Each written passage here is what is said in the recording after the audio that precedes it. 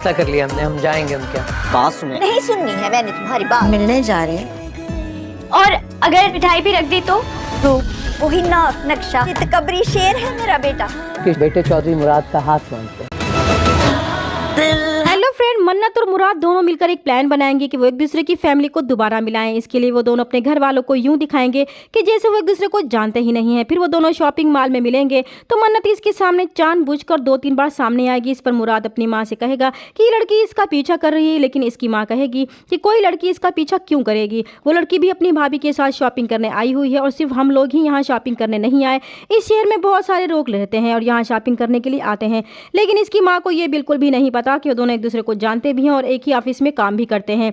इसीलिए मुराद डरेगा और मन्नत से कहेगा कि अगर इसकी माँ को पता चल गया कि वो दोनों एक ही ऑफिस में काम करते हैं और एक दूसरे से बात भी करते हैं और एक दूसरे को जानते भी हैं, तो वो बहुत बड़ा हंगामा खड़ा कर देंगी, क्योंकि वो लव मैरिज के खिलाफ है और वो कभी भी इनकी शादी नहीं होने देंगी। इसलिए इन्हें ड्रामा मजीद करना पड़ेगा।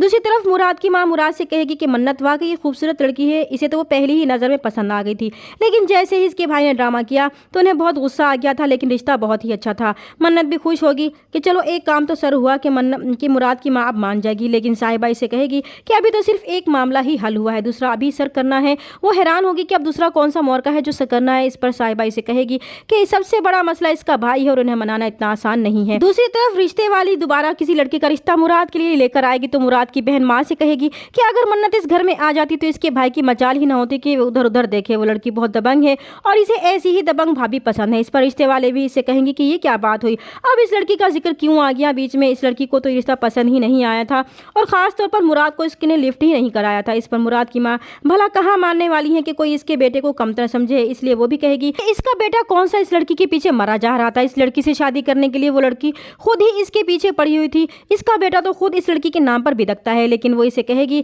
कि वो फिर से अपने लड़के का रिश्ता इससे करना चाहती हैं, इसलिए वो इन्हें अपने घर पर दावत में बुलाएंगी। मुराद का दोस्त मुराद और मन्नत से कहेगा कि इन दोनों के खानदान अपनी पहली मुलाकात भुलाने को तो तैयार हैं, लेकिन अभी भी इसमें मजीद ब्रेन वॉशिंग की जरूरत है और इस काम को करवाने वाला कोई न्यूट्रल इंसान होना चाहिए जिस काम को अच्छी तरह से करे। लेकिन मुराद को समझ नहीं आएगा कि ऐसा कौन सा बंदा हो सकता है जो इसकी माँ और मन्नत के भाई की ब्रेन वॉशिंग कर सके। इस पर इसका दोस्त कहेगा कि इसकी नज़र में एक लड़की है और वो ये काम बहुत आसानी से कर सकती है। दूसरी तरफ साहिबा नफीस को मनाएगी कि जाने में कोई हर्ज नहीं है। इस पर मन्नत अपने मंसूबे के मुताबिक ड्रामा करेगी कि जैसे वो इस रिश्ते से खुश नहीं है और वहाँ नहीं जाना चाहती।